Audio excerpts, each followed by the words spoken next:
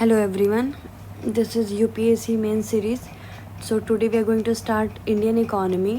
तो हमारे सिलेबस में पहला टॉपिक है the Indian economy and issues relating to planning and mobilisation of resources growth development and employment.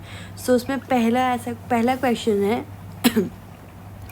मेरी जो भी टॉपिक्स है that will combine with the current affairs. So let's start. Discuss GDP new computation methodology.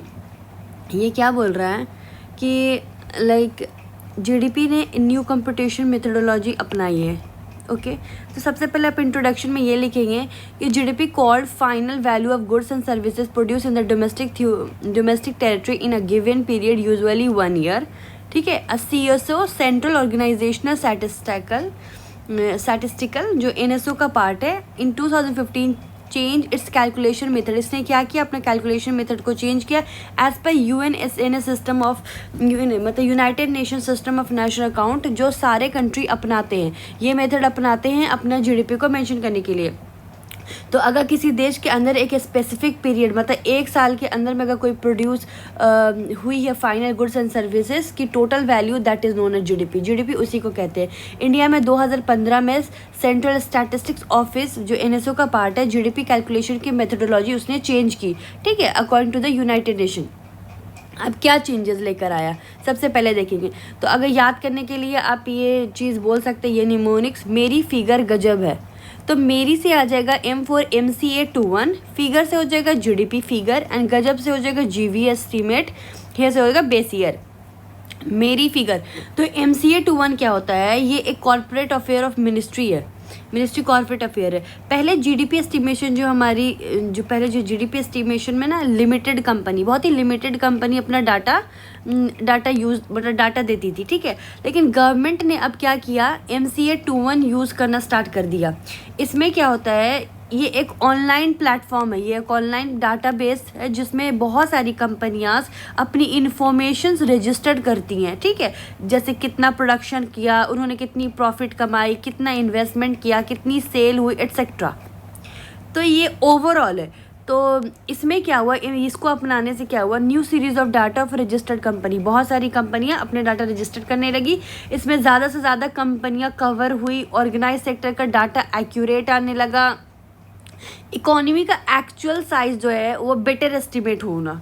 ठीक है. तो आप ऐसे mention कर सकते हैं कि MCA21 increase the comprehensiveness and formal sector coverage in GDP estimate.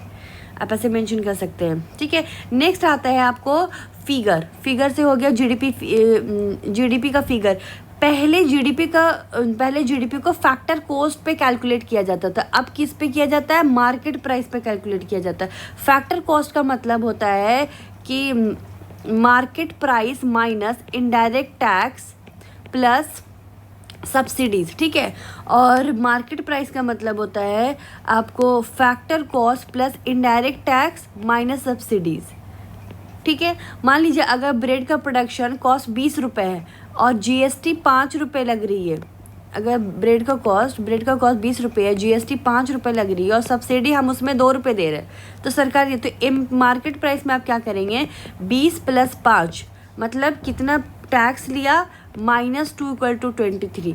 Factor cost में क्या करते थे, फैक्टर कॉस्ट में हम इनडायरेक्ट टैक्स को माइनस कर देते थे और सब्सिडी को ऐड कर लेते थे.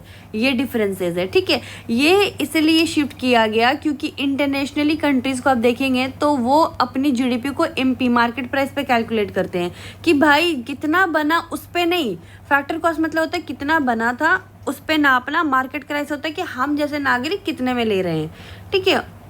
तो आप इसको इस तरीके से क्या कर सकते हैं, ग्लोबली कंपैरेटिबिलिटी में ये चीज़ बेहतर हुई. नेक्स्ट आते हैं GV एस्टीमेट सेक्टर वाइज. गजब से बनेगा GV एस्टीमेट सेक्टर वाइज. तो अब जीडीपी एस्टीमेट में ग्रॉस वैल्यू एडेड का इम्पोर्टेंस, ठीक है, बढ़ गया. कैसे, सेक्टर ने कितनी एक्चुअल वैल्यू ऐड की. ठीक है. कितनी एक्चुअल वैल्यू ऐड की ये भी अब एस्टीमेट होने लगेगा. देखो इसमें क्या होता है कि जो जीवीए होते हैं, ग्रॉस वैल्यू एडेड, ये क्या करता है, जितना आउटपुट निकला माइनस इंटरमीडिएट कंजम्पशन। मान लो एक बेकरी है, उसका ब्रेड का सेल होता है, ब्रेड बिकती है 100 रुपये में और जो आटा आता है वो होता है 40 रुपये में। तो जीवीए ग्रॉस वैल्यू एडेड क्या हो जाएगा, मतलब 100 रुपये माइनस 40 इक्वल टू 60। तो हमारा ग्रॉस वैल्यू एडेड क्या हो जाएगा, 60।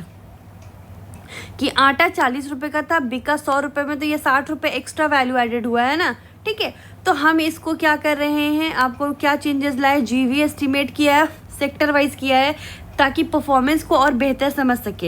एग्रीकल्चर की क्या परफॉर्मेंस है, इंडस्ट्री की क्या, सर्विस की क्या, तो that will help in a government to make an better policy. हमारी बेस ईयर बहुत पुरानी हो गई थी, पहले हम 2004-05 का यूज़ कर रहे थे, उसके बाद फिर हम 10-11 का यूज़ कर रहे थे, अब हमने चेंज कर दिया 2026 में बेस ईयर हमने 2023 बनाया अपना। ये हमने क्यों चेंजेस किए, क्योंकि इकॉनमी जो थी हमारी कॉन्स्टेंटली चेंज होती रहती है। ठीक है, नए इंडस्ट्रीज आते हैं, हमने डिजिटल इकॉनमी, न्यू इंडस्ट्रीज़ आते हैं, डिजिटल इकॉनमी हमारी दिन ब दिन चेंज होती रही है, कंजम्पशन पैटर्न चेंज होता है, हमारी सर्विस ग्रोथ होती है। तो पुराने बेस ईयर पे ना हर चीज़ आउटडेटेड हो जाता है। तो आप इस तरीके से मेंशन कर सकते हैं, जो चेंजिंग बेस ईयर कैप्चर है structural transformation of economy. Changing base year capture क्या करता है, स्ट्रक्चरल ट्रांसफॉर्मेशन ऑफ इकोनॉमी। ठीक है, नेक्स्ट आते हैं, अब एडवांटेज क्या मिला हमें न्यू मेथड से। सबसे पहले देखा मेरी फिगर गजब है, मतलब MCA 21 यूज़ किया गया, ऑनलाइन डाटाबेस है जिसमें हर सारे ज़्यादा से ज़्यादा कंपनी कवर होंगे, अपने एक्यूरेट डाटा देंगे। फिगर क्या हुआ, पहले हम फैक्टर कॉस्ट पे करते थे, जिसमें हम सब्सिडी को क्या करते, माइनस कर देते थे और टैक्सेस को ऐड कर देते थे। सॉरी, टैक्सेस को ये कर देते थे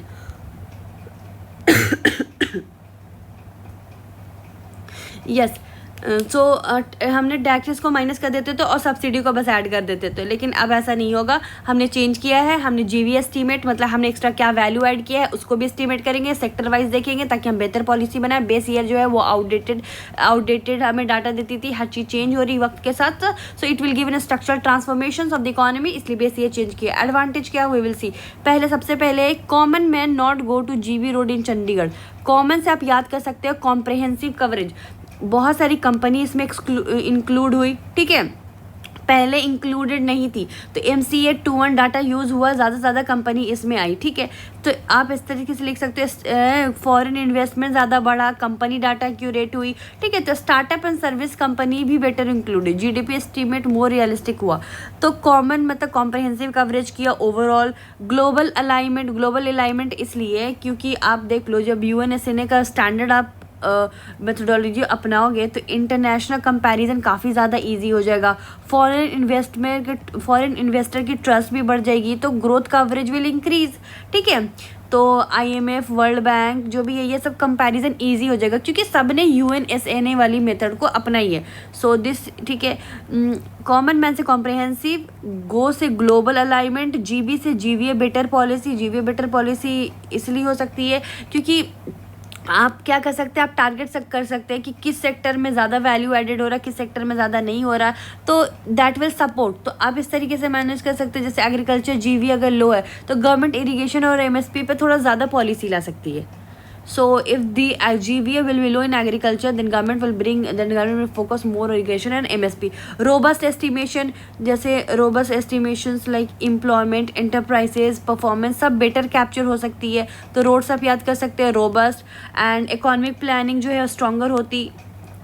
कैलकुलेट में value addition more accurate, intermediate goods और फाइनल आउटपुट के बेटर जो सेपरेट किया गया है। ठीक है, तो डबल काउंटिंग रिड्यूस हुई है इस चीज़ से, तो कैलकुलेशन बेहतर होगा। जैसे इंटरमीडिएट गुड हो गया और जो फाइनल आउटपुट को बेटर सेपरेट किया गया है। ठीक है, वैल्यू एडिशन मोर एक्यूरेटली, तो डबल काउंटिंग इससे रिड्यूस हुई है।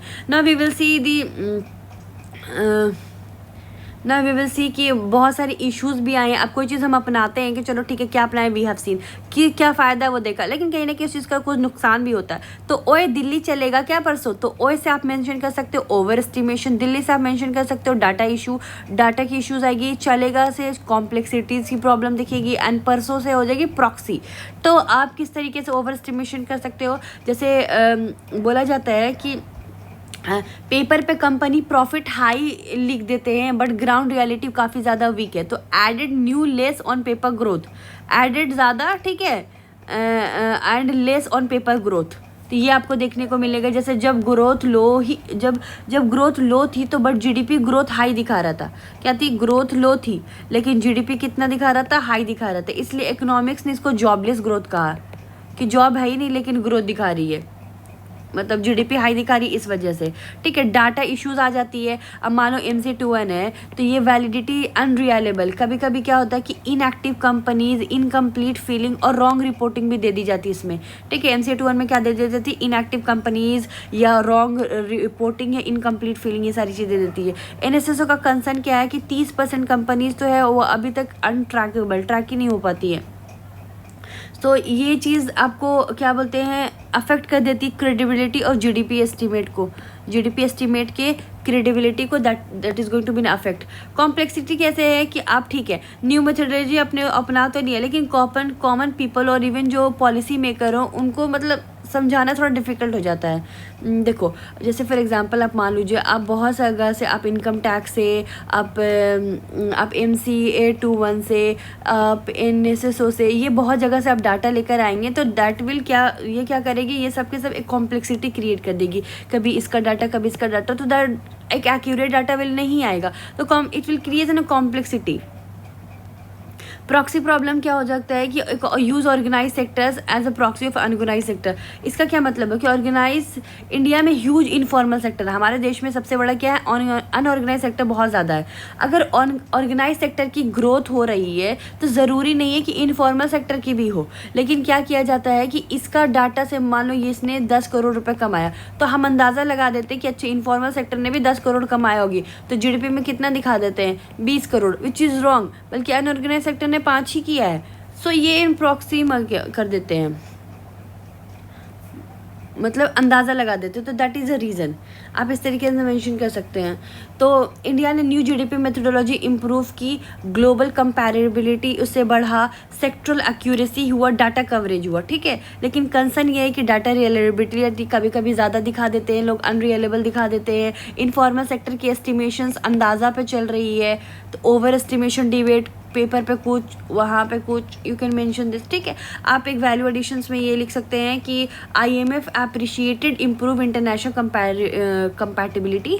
IMF ने क्या किया, अप्रिशिएट किया दिस इंटरनेशनल कंपैटिबिलिटी को, लेकिन जैसे CEA अरविंद सुब्रमण्यन, ठीक है, उन्होंने क्वेश्चन किया for the possible over estimation पर उन्होंने आवाज़ उठाई, बात की ना। वी विल सी, इसी से रिलेटेड एक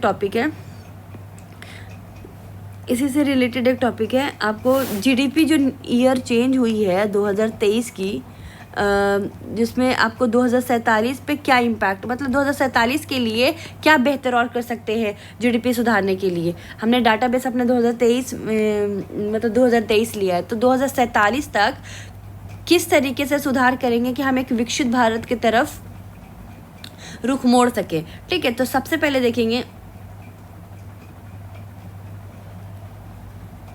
हम सबसे पहले ये देख रहे हैं जीडीपी कैलकुलेशन मेथोडोलॉजी अपडेट क्यों कर रही है इंडिया। ठीक है, स्पेशली चेंजिंग इकोनॉमी को ध्यान में, क्योंकि जो हमारी इकोनॉमी है वो चेंज होती रहती है हर दिन ब दिन। ठीक है, तो इस चीज़ को ध्यान में रखते हुए ये चीज़ मेंशन करती है। सबसे पहले देखते हैं कि मैक्रो इकोनॉमिक मेजरमेंट की क्या क्या चीज़ मेजर और हमें क्या क्या चीज़ सुधार लानी चाहिए, यह सरकार लेकर आ रही है। ठीक है, ताकि इस चीज़ को और बेहतर हमारी जीडीपी में एक्यूरेसी आए और हमें पता चले कि आखिर हमारा मतलब देश किस इस पे चल रहा है, किस इकोनॉमी के बेस पे चल रहा है। तो हमने सबसे पहले क्या किया कि SNA 2025, ठीक है, UNSNA हमने 2025 क्या किया कि इंडिया का जीडीपी फ्रेमवर्क फ्यूचर में हमारा यूनाइटेड नेशन SNA के अकॉर्डिंग हमने अपना लिया। ठीक है, इसमें क्या किया कि ये सिर्फ इतना तक नहीं रहेगा कि प्रोडक्शन क्या हुआ और इनकम क्या हुआ, हमें क्या करना है, प्रोडक्शन कितनी हुई, इनकम कितनी हुई, बस उतना मेजर नहीं करना. We have to focus, we have to go beyond that. Well being, quality of life क्या है, वेल बीइंग क्या है, सस्टेनेबिलिटी क्या है, डिजिटल इकोनॉमी क्या है, ठीक है, इस इन्वायरमेंटल अकाउंटिंग क्या है, इसको ये सब जब सबको नापेंगे तब एक रियलिस्टिक जीडीपी बनेगा. ठीक है, अगर जीडीपी बढ़ रहा है बट पॉल्यूशन भी बढ़ रहा है, इनइक्वालिटी भी बढ़ रही है, अनएम्प्लॉयमेंट भी हाई है, तो वो डेवलपमेंट को कंप्लीट नहीं माना जाएगा. That will not come under the development. ठीक है, so we have to go the beyond GDP ताकि हम एक विकसित भारत की तरफ कदम उठा सके. सबसे पहले आप क्या कर सकते हैं, आप देखो, सबसे पहले से याद करना मैक्रो इकोनॉमी मेजरमेंट के लिए क्या ध्यान देना है. फिर रिवीजन दो. ठीक है, तो इससे बन जाएगा SNA 2025 हमने अपनाया. ठीक है, फ्रेमवर्क क्या लेकर आए हैं हम, फ्रेमवर्क क्या लेकर आ सकते हैं या क्या लेकर आए हैं. रिवीजन बेस ईयर हमने चेंज की है और डबल डिफ्लेशन. ठीक है, तो इसमें देख सकते हैं SUT, supply use table, minimise discrepancy. Economy में कितना प्रोडक्शन हुआ, दैट इज़ अ सप्लाई, और कितना यूज़ हुआ, दैट इज़ अ कंजम्पशन और इन्वेस्टमेंट या एक्सपोर्ट. ठीक है, तो ये इसका क्या ही है, द सप्लाई SUT का काम क्या है, सप्लाई यूज टेबल का क्या काम है कि डाटा का मिसमैच कम करना. ये मिनिमाइज क्या करता है, डिस्क्रिपेंसी को, ये डाटा का मिसमैच को मिनिमाइज करता है. तो हमने ये फ्रेमवर्क लेकर आए. अब मान लीजिए एक एग्जांपल से समझ लीजिए, अगर स्टील इंडस्ट्री बोल रही है कि 100 टन स्टील हमने प्रोड्यूस किया, लेकिन बट ऑटोमोबाइल जो मतलब ऑटोमोबाइल और कंस्ट्रक्शन सेक्टर कह रही है कि नहीं सिर्फ 70 टन ही दिख रहा है. तो ये आपको दिख रही है ना, डिस्क्रिपेंसी, मिसमैच हो रहा है. तो SUT का काम क्या है कि इस चीज़ को given an accurate estimation of the GDP. Now we will see कि वेल बीइंग तो हो गया. डिजिटल इकोनॉमी का हम थोड़ा ध्यान देते हैं. डिजिटल इकोनॉमी क्या है कि जो हमारी इकोनॉमी है रैपिडली डिजिटल अब हो रही है. आप देख लो, फिनटेक आ गया, UPI, e-commerce, digital platform, online service. तो ओल्ड जीडीपी मेथड जो है इनकी प्रॉपरली जो है कैप्चर नहीं कर पाती थी चीज़ें. तो अब क्या करना है, ऑनलाइन एजुकेशंस, ऐप इकोनॉमी, क्या बोलते हैं, गिग वर्क, इन्फ्लुएंसर, डिजिटल ये सब बेटर इंक्लूड करना ज़रूरी है जीडीपी में, क्योंकि हमारा चेंज हो रहा है. तो आप डिजिटली जैसे ऑनलाइन एजुकेशन या ऐप वगैरह यूज़ कर रहे हो, या गिग इकोनॉमी हो गया, या इन्फ्लुएंसर्स हो गए, तो ये डिजिटल जो एडवर्टाइजिंग हो रही है, ये सब बेटर कर सकते हैं. एक नॉर्मल आप मेंशन कर सकते हैं इस चीज़ को कि जो ट्रेडिशनल जीडीपी है, एस्टिमेशन है, हमारी traditional GDP estimation method must require an adaptation to capture the growing digital economy. क्या बोल रहा है, ट्रेडिशनल जीडीपी एस्टिमेशन मेथड जो है उसको ज़रूरी है अडेप्ट करना to capture the growing digital economy. खैर, नेक्स्ट आते हैं, इन्वायरमेंटल अकाउंटिंग क्या होती है. अब जीडीपी में इन्वायरमेंट का इफेक्ट भी इंक्लूड करना डिमांड में आ रहा है, इसको भी इंक्लूड करना ज़रूरी है, तभी रियलिस्टिक जीडीपी होगा. क्यों? क्योंकि नेचुरल रिसोर्सेज के डिप्लीशन और पॉल्यूशन अकाउंट करना बहुत ज़रूरी है. अगर फॉरेस्ट कट करके जीडीपी इंक्रीज हुआ, दैट टाइम वो शॉर्ट टर्म ग्रोथ हुआ. ठीक है, बट इन्वायरमेंट तो लॉस हो गया ना. तो ट्रेडिशनल जीडीपी जो थी ये तो डैमेज हो गई हमारी. तो ट्रेडिशनल जीडीपी को बहुत ज़रूरी है, it's has a need to acquire the adaptation to capture the growing digital economy. ठीक है, तो ग्रीन जीडीपी, इसीलिए इसको कहा गया कि हम ग्रीन जीडीपी लेकर आएंगे. इन्वायरमेंट अकाउंटिंग भी बनाना बहुत ज़रूरी है. तो ये सारी चीज़ें. रिवीजन ऑफ आर्स, revision base year, current base year था 11 बार. ठीक है, फ्यूचर में वो रिवाइज हो सकता था. हमने इसलिए 2023 अपनाया है क्योंकि कंजम्पशन पैटर्न हमारी चेंज हो रही है, हमारी टेक्नोलॉजी चेंज हो रही है, न्यू सेक्टर सब चेंज हो रहा है. सो ये बहुत ज़रूरी था. डबल डिफ्लेशन मेथड, दो से बनेगा डबल डिफ्लेशन मेथड. इसमें क्या कहते थे, इनपुट एंड आउटपुट, ये दोनों को ही देख के हमने क्या निकालते थे, अपना एक्यूरेट GVA. ठीक है, दोनों को सेपरेटली एडजस्ट किया जाता था, तब जाके इन्फ्लेशन के अकॉर्डिंग हुआ. क्या कर रही है कि नॉर्मल मेथड से हम जब यूज़ करते थे तो डिस्टॉर्शन क्रिएट हो जाता था.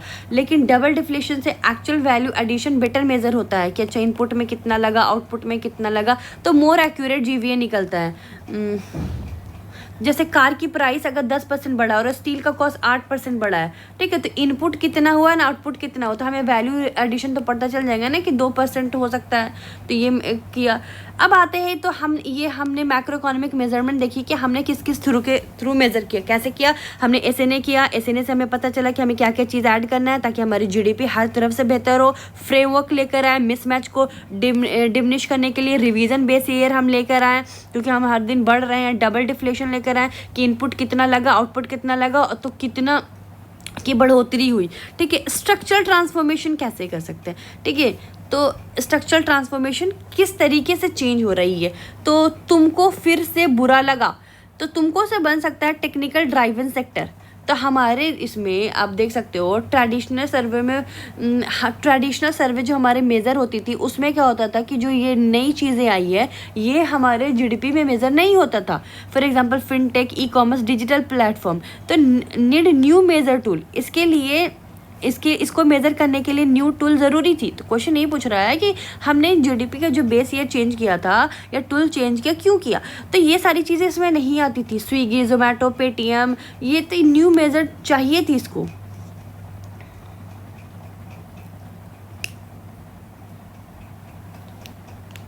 आप इस तरीके से मेंशन कर सकते हैं, इमर्जिंग टेक्नोलॉजी ड्राइवन सेक्टर, जो ड्राइवन सेक्टर बढ़ रहा है, इमर्ज हो रहा है, necessitate the modern statical tool, modern statistical tool, necessitate the modern statical. अब आते हैं फिर से बनेगा फॉर्मलाइजेशन। इसमें क्या हुआ, जीएसटी शिफ्ट इनफॉर्मल से फॉर्मल हो रही है। अब देख लो अब क्या हो रहा है कि डिजिटलाइजेशन हो रहा है, यूपीआई यूज़ कर रहे हैं, टैक्स कॉम्प्लायंस यूज़ कर रहे हैं। तो इनफॉर्मल इकोनॉमी जो है ना वो ग्रेजुअली क्या हो रही है, फॉर्मल इकोनॉमी की तरफ कन्वर्ट हो रही है। इसलिए क्योंकि जैसे पहले जो इनफॉर्मल, मान लो कोई मिठाई वाला है, ठीक है, कोई मिठाई वाले ने आपको उसको कितना टैक्स लग रहा है, वो कितने में बेच रहा है, उसकी प्रोडक्शन कितनी है, ट्रांजैक्शंस कितनी है, ये सारी चीज़ें मेज़र नहीं होती थी। लेकिन क्या हुआ कि जीएसटी ने बिजनेस को टैक्स नेटवर्क में ला दिया। ठीक है, तो गवर्नमेंट को अब सेल्स, प्रोडक्शन, ट्रांजैक्शन का बेटर डाटा मिलने लगेगा, इनफॉर्मल सेक्टर का भी। तो ये सारी चीज़ें आई है। अब आते बुरा लगा से आप लिख सकते हो बॉटम अप अप्रोच तक ये सारी चीज़ें यहाँ तक जा रही है। ठीक है, अब क्या हुआ कि लोकल लेवल पे भी डाटा कलेक्ट करने की बात की जा रही है कि need state level data for more accurate GDP. India highly diverse economy है, डिफरेंट स्टेट, डिफरेंट इंडस्ट्रीज है, डिफरेंट कंजम्पशन है, डिफरेंट एम्प्लॉयमेंट पैटर्न है, तो it need to be measure. अब मान लो आप केरला का और बिहार से कंपेयर नहीं कर सकते हो, केरला की जीडीपी ज़्यादा है, बिहार की कम है, तो आप दोनों को इक्वली मान लोगे पुराने मेथड से, तो आपको लगेगा कि ठीक है चलो इसने 10 करोड़ की तो ये भी 10 करोड़ का करेगा, तो ये एक एक्यूरेट नहीं मेज़र होगा। पंजाब में एग्रीकल्चर हेवी है, कर्नाटका में आईटी हेवी है, तो अगर डिटेल स्टेट डाटा यूज़ होगा, ठीक है, तो जीडीपी रियलिस्टिक होगी हमारी।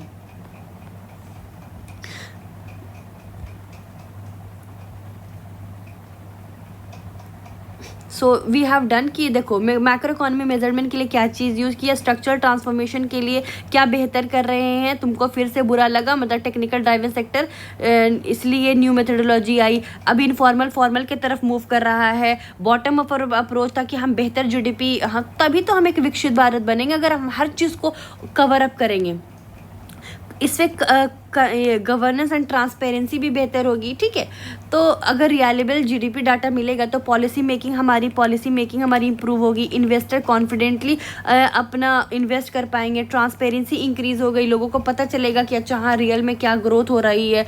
ठीक है, तो आप इस तरीके से याद कर सकते हो। आप डांटो तो नहीं ना, तो आप से याद कर सकते हो, आप ASI, P से याद कर सकते हो PLFS, एंड डाटा से बन सकता है रिलायबल डाटा, एंड ठीक है टी से बन सकता है या तो से बन सकता है ट्रांसपेरेंसी। तो जो एनुअल सर्वे ऑफ इंडस्ट्री है, ठीक है, मैन्युफैक्चरिंग सेक्टर को डिटेल डाटा कलेक्ट करना इसका काम है। जैसे एनुअल सर्वे ऑफ इंडस्ट्री क्या कहती है, मैन्युफैक्चरिंग सेक्टर में जैसे आउटपुट क्या निकला, एम्प्लॉयमेंट कितनी, इन्वेस्टमेंट कितना है, तो ये सब के सब जब सर्वे में निकलेगा तभी तो एक इंडस्ट्रियल जीडीपी एस्टिमेशन इम्प्रूव होगी। तो ट्रांसपेरेंसी इससे बेहतर होगा। दूसरा होगा आपको PLFS, पीरियोडिक लेबर सर्वे फोर्स, ठीक है। ये क्या मेज़र करेगा, ये एम्प्लॉयमेंट मेज़र करेगा, अनएम्प्लॉयमेंट, बेरोजगारी कितनी है, लेबर कितने पार्टिसिपेट हो रहे हैं। ये इसलिए ज़रूरी है PLFS, period labour force service, कि इनफॉर्मल सेक्टर और एम्प्लॉयमेंट ट्रेंड समझने में ये काफ़ी हेल्प करेगा। तो गवर्नेंस और ट्रांसपेरेंसी इन सब ऑर्गेनाइजेशन के थ्रू काम होगा। रिलायबल डेटा आएगा, बेटर डेवलपमेंट आउटकम। अगर डाटा एक्यूरेट होगा तो हमारी पॉलिसीज़ बेटर होगी, वेलफेयर पे हम टारगेट कर पाएंगे। So welfare targeting will improve, employment strategy effect होगी। ठीक है, so you can see this. Investor का कॉन्फिडेंस बढ़ेगा। ठीक है, फॉरेन इन्वेस्टर ट्रस्ट करेंगे, इकोनॉमिक ग्लोबल अलाइनमेंट होगा, कैपिटल इनफ्लो इंक्रीज होगा, IMF, वर्ल्ड बैंक ये सब इजीली इन्वेस्ट करेंगे। तो ये सारी चीज़ें आप देख सकते हो। ट्रांसपेरेंसी बढ़ेगी, इन्वेस्टर कॉन्फिडेंस बढ़ेगा, तो IMF, world bank, global investor will reliable statics. ठीक है, रिलायबल स्टैटिक्स को इंपॉर्टेंट मानते हैं, तो they can easily inflow their investment in a country. ये चीज़ हम मेंशन कर सकते हैं। तो आप मोटा मोटी आप कंक्लूजन में इस तरीके से लिख सकते हैं कि इंडिया की जो evolving economy require a continuous modernization of GDP। ठीक है, methodology through revise base year के, डिजिटल इकोनॉमी इंक्लूजन से, इन्वायरमेंट अकाउंटिंग से, इम्प्रूव सर्वे से, ठीक है, तो बेटर स्टैटिस्टिकल टेक्निक से। तो ये चीज़ क्या है कि पहले तो हमने मैक्रो इकोनॉमी मेजरमेंट के लिया, फिर स्ट्रक्चर किस तरीके से हम चेंज कर रहे हैं,